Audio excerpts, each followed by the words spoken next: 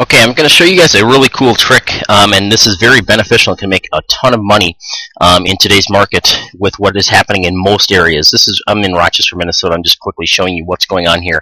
In the basically, what we're going to do is we're going to be able to show you how to export expired listings that are basically maybe a year or a 2-year old expired listing that may have been relisted under a new MLS number, a new ID number that you can't detect that in the MLS system. So you may call them and say, well, I already sold my home, and it's sold under a different MLS number.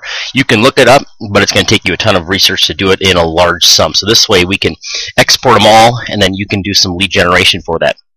Here in Rochester, our sales are up 1922 in 2012 versus 2011, 1594. So almost 400 home increase over 1 year, and that also increased from 2010 from our downfall there. And then the average sale price is also increasing, so the value of their home is increasing. So these expired listings from 2010 and 2011, even back to 2009, are gold for you if you can contact these people, but you have to be able to get that information from your MLS.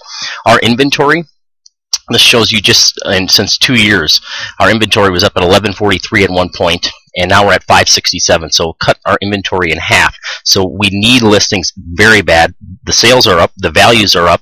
So these expired listings from these prior years are definitely money in your pocket if you guys can get that information, and here is how you can do that. In your MLS, basically what you're going to do, I'll show you real quick. Obviously your MLS is going to be different.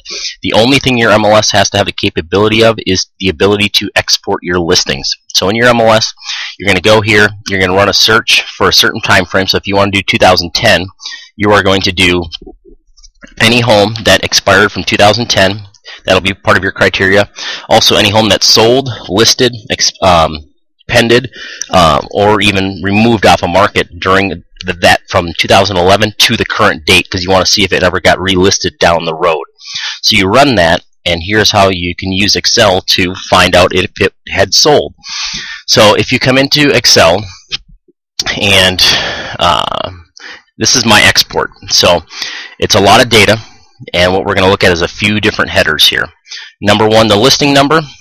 They should all have different listing numbers. Even if it was relisted and sold under a new MLS number, it's going to have a new MLS number. But what I want to do is, you should have a status column. So obviously E is expired, C is canceled, I think P is closed. Actually, I think P is canceled in ours, and C is closed in ours. E is expired, L is listed. So what I want to do is get all of the E's at the bottom of the list. So it's a ton of data here, so there's 2,300. So I want these E's, when I sort, to be at the bottom of the list. The problem is C, if I sort it by alphabet, C will come first, then E, then, and so on. Or if I do it reverse, E will still be in the middle of the pile. So what I want to do is select this row and go to my home up here, go to Find, and then go to Replace, and we're going to replace the E with a Z in this case. So I'm going to replace all, and there it is. There's 241 expired homes. Now if I click on this row and sort it from Z to A, A to Z, and sort the entire book, so now all of my Z's are at the bottom. Because what's going to happen is, when it removes the duplicate, it is going to remove the first one it sees. So now all we have to do is, obviously we go to MLS number, go to data, go to remove duplicates, and expand, and then unselect all. It doesn't know which header we want to go by, and then select, okay, I want to go by list number, and it should find no duplicate values. Perfect. Now let's remove duplicates again, expand to this selection. That's perfect. Unselect all. And let's go, and we're going to use the property ID this time. And scroll down till we find that, because the property ID should stay the same. So let's see if, maybe I should have looked up at where, okay, parcel number. So I found 64. That's perfect. So now we got rid of those that were relisted under the same property ID number. The other thing you're going to want to do, and this is a little trick as well. I know this is a little geeky and techy, but hey, it's worth a ton of money if you can get these people. Now, you can combine some of these columns here. So if we have another 2107 on 52nd Street, actually 52nd Street, and we want to do the same direction, so we're going to combine that, and the direction. So I hit equals that, hit the and button, that, and that. So now this column has everything combined. And if you just double click on that, it'll go all the way to the bottom. And it looks like it found a gap in here, so I'm just going to drag it all the way to the bottom. Must have been something without, yep, there's no direction on that one. So let's drag it all the way to the bottom. Basically what we're doing is we're creating another column that we're going to uniquely test to verify that that home was not relisted.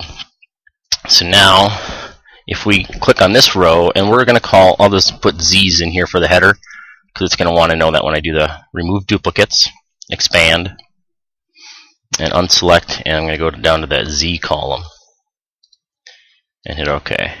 Now it found 82 more. Perfect.